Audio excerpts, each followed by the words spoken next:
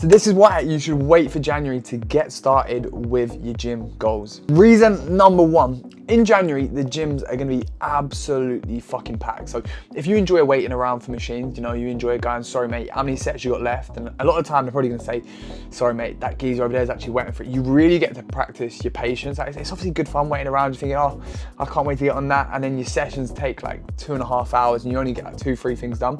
So you get to practice your patience. Reason number two, if you're already quite an anxious person, the gyms are gonna be absolutely fucking packed. So you get to really get that adrenaline going, you know, you get to really get a bit of a kick for it. So you don't have to go theme parks. You're probably gonna save a little bit of money on them. You get this crazy bit of adrenaline going. So you're gonna feel alive, you know. Number three, you also get to leave 7 weeks of progress on the table. So if you're someone who currently looks at himself and goes, fucking hell, man, like I thought I was gonna be a bit better than this, you know, I wish I started a couple of years ago. I wish I achieved a bit more here. I wish I achieved a bit more there. You get to go through these full patterns all over again. So if you enjoy those sort of full patterns, January 1st, you get to experience that all over again. 7 weeks, it could have been pure progress. You get to leave on the table. And then lastly, reason number four, if you wait until January, you're gonna fuck up by the time it gets to February.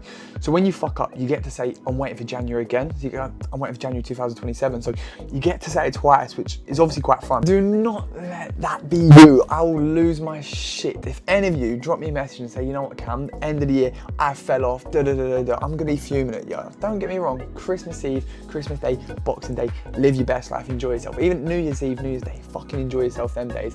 But around that, I want you to be absolutely fucking perfect. I want that foot so firmly on the gas, and I want you to use these days as that bit of motivation to put your foot down. When you can see the finish line, you always get this crazy little energy that can just come from nowhere. I've had it so many times across this part of the year where I feel burnt out, but Q4 is always when I get the most aggressive with my goals. I know that I'm gonna be sitting there Christmas Day, big roast dinner in front of me, fucking bloated from finishing a box of celebrations.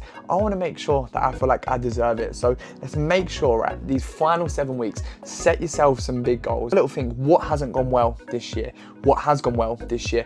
Based on that, take this information into these final few weeks. Not just are you gonna finish the year strong, but you're gonna bring this momentum into 2026. So all of the momentum you get behind you, you can actually start to run with. The reason that people get so disheartened when a new year comes is because they've got all of these big goals and they want to achieve all of these crazy things.